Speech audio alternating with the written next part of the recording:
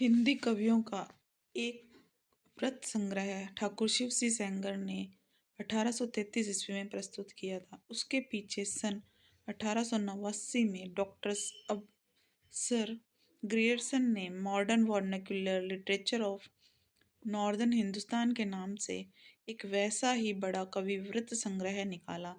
काशी की नागरी प्रचारणी सभा का ध्यान आरंभ ही में इस बात की ओर गया कि सहस्त्रों हस्तलिखित हिंदी पुस्तकें देश के अनेक भागों में राज पुस्तकालयों तथा लोगों के घरों में अज्ञात पड़ी हैं।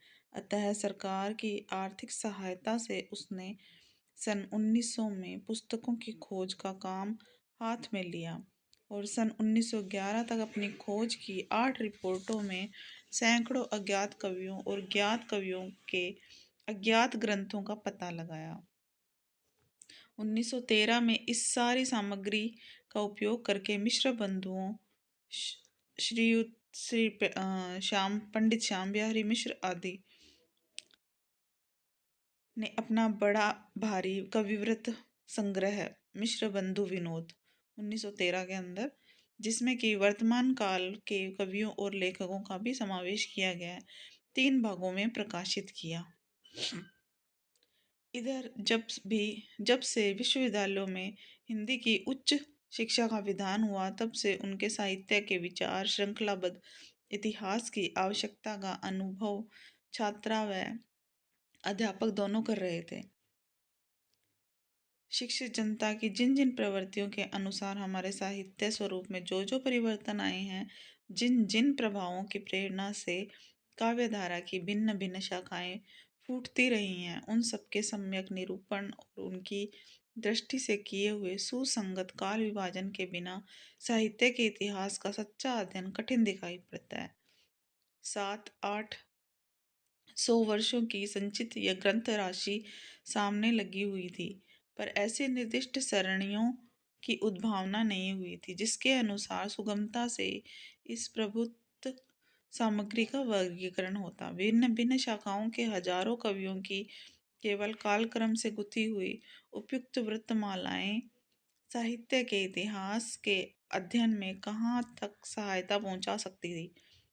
सारे रचना काल को केवल आदि, मध्य, पूर्व, उत्तर आदि खंडों में आंख मूंद कर बांट देना, यह भी नहीं देखना कि खंड के भीतर क्या आता है क्या नहीं, किसी वृत्त संग्रह को इतिहास नहीं बना सकता। 5 या 6 वर्ष हुए छात्रों की उपयोग के लिए मैंने कुछ संक्षिप्त नोट तैयार किए थे, जिसमें परिस्थिति के अनुसार शिक्षित जनसमूह की बदलती हुई प्रवृत्तियों को लक्ष्य करके हिंदी साहित्य के इतिहास के काल विभाग और रचना की भिन्न भिन्न शाखाओं के निरूपण का एक कच्चा ढांचा खड़ा किया गया था। हिंदी शब्द सागर समाप्त हो जाने पर उसकी भूमिका के रूप में भाषा और साहित्य का विकास देना भी स्थिर किया गया। अतः एक नियत समय के भीतर ही यह इतिहास लिखकर पूरा करना पड़ा। साहित्य का इतिहास लिखने के लिए जितनी अधिक सामग्री मैं जरूरी समझता था, उतनी तो उस अवधि के भीतर इकट्ठी न हो सकी, पर जहाँ तक हो सका आवश्यक उपादान रख कर कार्य पूरा किया गया। इस पुस्तक में जिस पद्धति का अनुसरण किया गया है, उसका थोड़े में उल्लेख कर देना आवश्यक जान पड़ता है। पहले काल विभाग को लीजिए। जिस काल विभाग के भीतर किसी विशेष ढंग की रचनाओं की प्रचुरता दिखाई पड़ी है, वह एक अलग काल माना गया है। उसका नामकरण उन्हीं रचनाओं के स्वरूप के अनुसार किया गया है। इसी प्रकार काल का एक निर्दिष्ट सामान्य लक्षण बनाया जा सकता है। किसी एक ढंग की रचना की प्रचुरता से अभिप्राय यह है कि दूसरे ढंग की रचनाओं में से चाहे एक ढंग की रचना को लें, पर परिमाण में प्रथम के बराबर न होगी। यह नहीं कि और सब ढंगों की रचनाएं मिलकर भी उसके बराबर न होंगी। जैसे किसी काल में 5 ढंग की रचनाएं 10, 5, 6, 7 और 2 के क्रम में मिलती हैं, तो जिस ढंग की भी रचना की 10 पुस्तकें हैं, जैसे कि मान लो आदिकाल में हमें वीर गाथा की 10 रचनाएं मिल गई, है ना, और श्रृंगार काल की 5 रचनाएं मिल गई। तो या फिर जैसे भी अलग अलग काल के, भक्ति काल की 6 रचनाएं मिल गई, तो जिस काल में ज़्यादा पुस्तकें हैं उस काल को उसी का नाम दे दिया, है ना, उसकी प्रचुरता ही कही जाएगी। यद्यपि शेष और ढंग की सब पुस्तकें मिलकर 20 हैं। तो यह तो हुई पहली बात। दूसरी बात है ग्रंथों की प्रसिद्धि। किसी काल के भीतर जिस एक ढंग की बहुत सी अधिक ग्रंथ प्रसिद्ध चले आते हैं, उस ढंग की रचना उस काल के लक्षण के अंतर्गत मानी जाएगी। चाहे और दूसरे ढंग की अप्रसिद्ध और साधारण कोटि की बहुत सी पुस्तकें इधर उधर कोनों में पड़ी मिल जाया करें, प्रसिद्धि भी किसी काल की लोक प्रवृत्ति की प्रतिध्वनि है। सारांश यह है कि इन दोनों बातों की ओर ध्यान रखकर काल विभागों का नामकरण किया गया है। आदिकाल का नाम मैंने वीर गाथा काल रखा है। ये आचार्य रामचंद्र शुक्ल जी कह रहे हैं कि आदिकाल का नाम मैंने वीर गाथा काल रखा है। तो उक्त काल के भीतर 2 प्रकार की रचनाएं मिलती हैं, अपभ्रंश की और देश भाषा की। अपभ्रंश की पुस्तकों में कई तो जैनों के धर्म तत्व निरूपण संबंधी है, जो साहित्य की कोटि में नहीं आती और जिनका उल्लेख केवल यह दिखाने के लिए किया गया है कि अपभ्रंश भाषा का व्यवहार कब से हो रहा था। साहित्य की कोटि में आने वाली रचनाओं में कुछ तो भिन्न भिन्न विषयों पर फुटकल दोए हैं, जिनके अनुसार उस काल की कोई विशेष प्रवृत्ति निर्धारित नहीं की जा सकती। साहित्यिक पुस्तकें केवल 4 हैं। देखिए, 4 पुस्तकें हैं जो साहित्यिक हैं: विजयपाल रासो, हमीर रासो, कीर्तिकलता और पताका। देश भाषा काव्य की है 8 पुस्तकें: कुमांड रासो, विसलदेव रासो, पृथ्वीराज रासो, जयचंद प्रकाश, जयमयंक जस चंद्रिका, प्रमाल रासो, आला का मूल रूप और खुसरो की पहेलियाँ और विद्यापति की पदावली, ये देश भाषा की हैं। और ये साहित्यिक पुस्तकें हैं। साहित्यिक पुस्तकें सिर्फ 4 है: विजयपाल रासो, हमीर रासो, कीर्तिलता और कीर्ति पताका। उसके अलावा जो 8 पुस्तकें हैं वो देश भाषा की हैं। इन्हीं 12 पुस्तकों की दृष्टि से आदिकाल का लक्षण, निरूपण और नामकरण हो सकता है। इसमें से अंतिम 2 तथा बिसल देव रासो को छोड़कर शेष सब ग्रंथ वीर गाथात्मक ही है। अतः आदिकाल का नाम वीर गाथा काल ही रखा जा सकता है। जिस सामाजिक और राजनीतिक परिस्थिति की प्रेरणा से वीर गाथाओं की प्रवृत्ति रही है, उसका सम्यक निरूपण पुस्तक में कर दिया गया है। अब मिश्र बंधुओं ने इस आदिकाल के भीतर इतनी पुस्तकों की और नामावली दी है। अब मिश्र बंधुओं ने कौन से ग्रंथों के हिसाब से इसको आदिकाल का है, उन पुस्तकों का नाम देखिए: भगवत गीता, वृद्ध नवकार, वर्तमाल, समंतसार, पत्ताली, अनन्य योग, जम्बू स्वामी रास, रेवंतगिरी रास, नेमिनाथ चौपई, उवेश माला मतलब उपदेश माला। इनमें से नंबर 1 तो पीछे की रचना है। नंबर 1 कौन सी है? भगवत गीता। ये तो बहुत पहले की रचना है, जैसा कि उसकी इस भाषा से स्पष्ट है। मतलब अब जो भगवत गीता उसकी कोई लाइन दी हुई है: ते ही दिन कथा कीन मन लाई, हरि के नाम गीत चित आई, सुमिरौ गुरु गुरु गोविंद के पाऊं, अगम अपार है जाकर नाऊं। जो वीर रस की पुरानी परिपाटी के अनुसार कहीं वर्णों का द्वित्व देखकर ही प्राकृत भाषा और कहीं चौपाई देखकर ही अवधि का या बैसवाड़ी समझते हैं, जो भाव को थाट और विचार को फीलिंग कहते हैं, वे यदि उद्धत पद्यों का संवत 1000 के क्या संवत 500 के भी बताए तो भी कोई आश्चर्य की बात नहीं। पुस्तक की संवत सूची पंक्ति का यह गड़बड़ पाठ ही सावधान करने के लिए काफी है। सहस्त्र सो संपूर्ण जाना। अब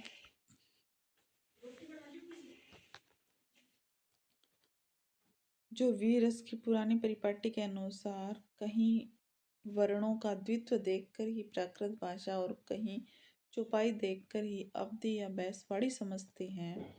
जो भाव को थॉट और विचार को फीलिंग कहते हैं, वे यदि उद्धृत पदों को संवत 1000 के क्या, अरे ये तो लाइन पढ़ ली थी, चलो कोई नहीं, 500 के भी बताएं तो कोई आश्चर्य की बात नहीं। पुस्तक की संवत सूची पंक्ति की यह गड़बड़ पाठ ही सावधान करने के लिए काफी है। सहस्त्र संपूर्ण जाना। अब रही शेष 9 पुस्तकें, मतलब अब इन्होंने पहले तो पहली रचना के बारे में बात कर दी कि भी भगवत गीता के अंदर ये इस तरह की लैंग्वेज दी हुई है। तेई दिन कथा कीन मन लाई, हरि के नाम गीत चित आई। तो ये प्राकृत भाषा और कहीं चौपाई देखकर अवधि और बैसवाड़ी समझ जाते हैं। तो ये कहा है कि अगर कुछ लोग ऐसे जो लोग थॉट को विचार ओ सॉरी भाव को थॉट और विचार को फीलिंग कहते हैं, उन लोगों के लिए कोई बड़ी बात नहीं है कि वो 1000 संवत को 500 भी बता दे, तो कोई आश्चर्य वाली बात नहीं है। पुस्तक की संवत सूची जो है पंक्ति का ये गड़बड़ पाठ ही जो सावधान करने के लिए काफ़ी है। सो अब जो 9 पुस्तकें हैं उनमें से 2 नंबर, 7 नंबर, 9 नंबर और 10 नंबर जो है वो जैन धर्म के तत्व निरूपण पर है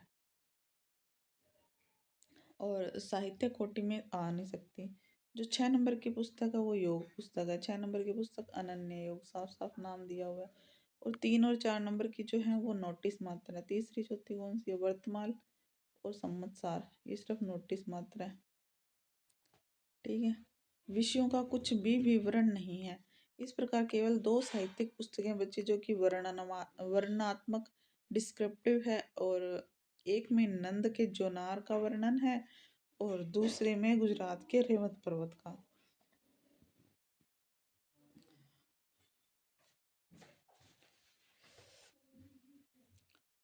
अतः इन पुस्तकों की नामावली से मेरे निश्चय में किसी प्रकार का अंतर नहीं पड़ता। यदि ये भिन्न भिन्न प्रकार की 9 पुस्तकें साहित्यिक भी होती तो मेरे नामकरण में कोई बाधा नहीं डाल सकती थी, क्योंकि मैंने 9 प्रसिद्ध वीर गाथात्मक पुस्तकों का उल्लेख किया है। एक ही काल और एक ही कोटि की रचना के भीतर जहाँ भिन्न भिन्न प्रकार की परंपराएं चली हुई पाई गई हैं, वहाँ अलग अलग शाखाएं करके सामग्री का विभाग किया गया है। जैसे भक्ति काल के भीतर पहले तो 2 काव्य धाराएं निर्गुण धारा और सगुण धारा निर्दिष्ट की गई है। फिर प्रत्येक धारा को 2 शाखाएं स्पष्ट रूप से लक्षित हुई है। निर्गुण धारा की ज्ञानाश्रयी और प्रेम मार्गी शाखा तथा सगुण धारा की राम भक्ति और कृष्ण भक्ति शाखा। इन धाराओं और शाखाओं की प्रतिष्ठा यूं ही मनमाने ढंग पर नहीं की गई है। उनकी एक दूसरे से अलग करने वाली विशेषताएं अच्छी तरह से दिखाई भी गई हैं, देखते ही ध्यान में आ जाएंगी। रीतिकाल के भीतर रीतिबद्ध रचना की जो परंपरा चली है, उसका उपविभाग करने का कोई संगत आधार मुझे नहीं मिला। रचना के स्वरूप आदि में कोई स्पष्ट भेद निरूपित किए बिना विभाग कैसे किया जा सकता है? किसी काल विस्तार को लेकर यूं ही पूर्व और उत्तर नाम देकर जो 2 हिस्से कर डालना ऐतिहासिक विभाग नहीं कहला सकता। जब तक पूर्व और उत्तर के अलग अलग लक्षण ना बताए जाएंगे, तब तक इस प्रकार के विभाग का कोई अर्थ नहीं। इसी प्रकार थोड़े थोड़े अंतर पर होने वाले कुछ प्रसिद्ध कवियों का नाम और अनेक काल बांध चलने के पहले यह दिखाना आवश्यक है कि प्रत्येक काल प्रवर्तक कवि का यह प्रभाव उसके काल में होने वाले सब कवियों में सामान्य रूप से पाया जाता है। विभाग का कोई पुष्ट आधार होना चाहिए। रीतिबद्ध ग्रंथों की बहुत गहरी छानबीन और सूक्ष्म पर्यावलोचन करने पर आगे चलकर शायद विभाग का कोई आधार मिल जाए, पर अभी तक मुझे नहीं मिला है। रीतिकाल में के संबंध में 2 बातें और कहनी है। इस काल के कवियों के परिचयात्मक वृत्तों की छानबीन में मैं अधिक नहीं प्रवृत्त हुआ हूँ, क्योंकि मेरा उद्देश्य अपने साहित्य के इतिहास का एक पक्का और व्यवस्थित ढांचा खड़ा करना था, न कि कवि कीर्तन करना। अतः कवियों के परिचयात्मक विवरण मैंने प्राय मिश्र बंधु विनोद से ही लिए हैं। कहीं कुछ कवियों के विवरण में मैं परिवर्तन और परिष्कार भी किया है, जैसे कि ठाकुर दीनदयाल गिरी, राम सहाय, रसिक गोविंद के विवरणों में। यदि कुछ कवियों के नाम छूट गए या किसी कवि की किसी मिली हुई पुस्तक का उल्लेख नहीं हुआ तो इससे मेरी कोई बड़ी उद्देश्य हानि नहीं बड़ी उद्देश्य हानि नहीं हुई। इस काल में के भीतर मैंने जितने भी कवि लिए हैं, जितने ग्रंथों के नाम दिए हैं, उतने ही जरूरत से ज्यादा मालूम हो रहे हैं। रीतिकाल या किसी काल के कवियों की साहित्यिक विशेषताओं के संदर्भ में मैंने जो संक्षिप्त विचार प्रकट किए हैं वे दिग्दर्शन मात्र के लिए। इतिहास की पुस्तक में किसी भी कवि की पूरी क्या अधूरी आलोचना भी नहीं आ सकती। किसी कवि की आलोचना लिखनी होगी तो स्वतंत्र प्रबंध या पुस्तक के रूप में लिखूंगा। बहुत प्रसिद्ध कवियों के संबंध में ही थोड़ा विस्तार से लिखना पड़ा है, पर वहाँ भी विशेष प्रवृत्तियों का ही निर्धारण किया गया है। यह अवश्य है कि इसमें कुछ प्रवृत्तियों को मैंने रसोपयोगी और कुछ को बाधक कहा है। आधुनिक काल में गद्य का आविर्भाव सबसे प्रधान साहित्यिक घटना है, इसलिए उसके प्रसार का वर्णन विशेष विस्तार के साथ करना पड़ा है। मेरा विचार थोड़े से काल के बीच हमारे साहित्य के भीतर जितनी अनेक रूपता का विकास हुआ है, उतने उनको आरंभ तक लाकर उसमें आगे की प्रवृत्तियों का सामान्य और संक्षिप्त उल्लेख करके ही छोड़ देने का था, क्योंकि वर्तमान लेखकों और कवियों के संबंध में कुछ लिखना अपने सिर एक बला मोल लेना ही समझ पड़ता था। पर जी न मानता। वर्तमान सहयोगियों और उनकी अमूल्य कृतियों का उल्लेख भी थोड़े बहुत विवेचन के साथ डरते डरते किया।